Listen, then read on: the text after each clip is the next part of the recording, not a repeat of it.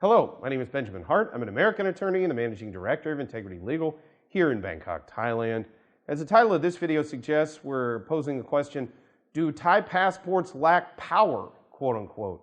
And the reason I thought of making this video is I was reading a recent article from the Thai Inquirer, that's thaiinquirer.com.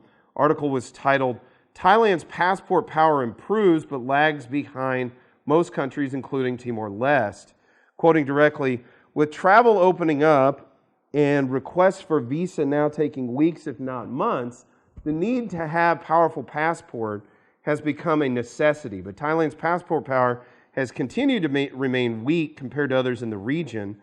The latest announcement by the much-watched quote-unquote passport index was revealed last week, and Thailand's passport, despite its rising power over the past few years, continues to languish well below the likes of the newly formed Asian nation of Timor-Leste. And I'll get back to that in a moment.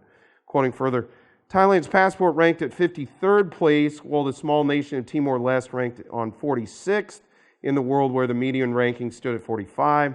Quoting further, however, when looking at the data of many of Thailand's economic competitors, Indonesia came in at 58th, Philippines at 65th, Vietnam at 73rd. Even though in terms of rankings on the list, Thailand seems to be ranked higher than the above countries, the data from the last year illustrates a clear enough picture that the rankings of each of those countries have improved quite considerably, with Indonesia being up from 63rd to 58th, Philippines from 74th to 65th, and Vietnam from 79th to 73rd, which is an important step in having a firm foothold on the world stage. So sort of going back to the Timor-Leste issue, well, at first glance, you'd say, wow, that seems strange.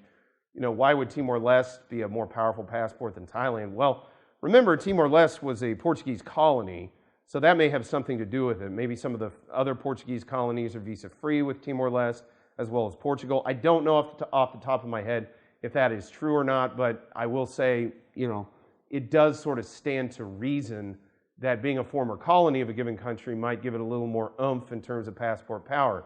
But the general thrust of this article, I think, is pretty valid, which is, yeah, Thailand remains kind of in the middle of the pack globally with respect to the quote-unquote strength of its passport, but especially now where travel restrictions are what they are, you know, to have a passport that has less visa restrictions compared to another passport is not something bad to have. Now, Thailand has never been one of these jurisdictions that has like an economic citizenship by investment package or sort of a golden passport package, anything like this. You know, this isn't a country, and I can tell you this from personal experience, it isn't a country where you can sort of fast track a passport. But as a Thai passport holder myself, I'd love it if there were more visa-free options for the Thai passport.